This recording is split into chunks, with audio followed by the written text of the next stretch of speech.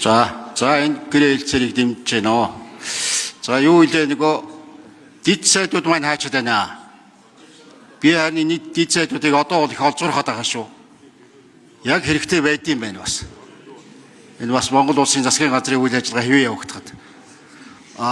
Тэгсэн мөртлөө энэ дид сайдууд нь харагдахгүй юу? Нэг хэдэн баярын мишэл тодорсон насныхаа хоолтоос олгоцсон юм шиг хэдэн залуучууд гүйлдээд байсан. Одоо эдгээр эндээ байж юмар байна шүү. За ер нь манай Бакир сайд болж байна. Бас он дуусахад Казахстантайгаа гэрээ хэлцээр байгуулсан. Сайн байна. За ер нь энэ юу гадаад 300 мянган хүн ажиллаж байгаа гэж байгаа.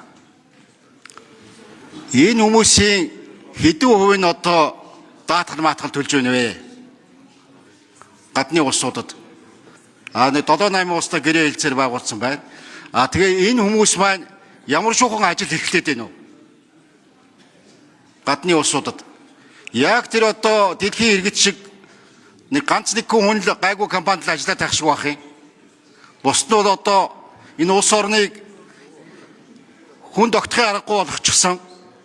Тэгэл бүгд л залуучууд зугтаж гараад байна л да. За явж одоо нэг хэдэн улсын их хурлын гишүүд үлдэх байхаа да. Тэгээ нэг ганц нэг сайдууд үлдэх юм уу яах юм те? Ийм л болчих гээд байна. Тэгэхээр энэ гэрээ хэлцээрүүд маш их ач холбогдолтой. Сайн хийх хэрэгтэй. За тэгээд яг дэлхийн түвшингийн тэр ажил төрлийг хийгээд байгаа ийм хэдэн хүн байна вэ? Тэр нийгмийн даатгалынхаа үр өгөөжийг одоо яаж хүртэх юм бэ? Эрүүл мэндийнхаа даатгалыг.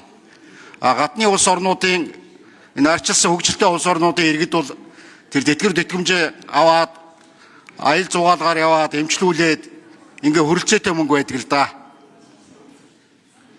Энэ одоо ямар байдалтай байгаа гэдгийг би асууя. За хариулт. Ажлын хэсгийн 4. За Гамбатгчны асуултанд хариулъя. Нийгмийн даатгал ерөнхий газар Бачаргал.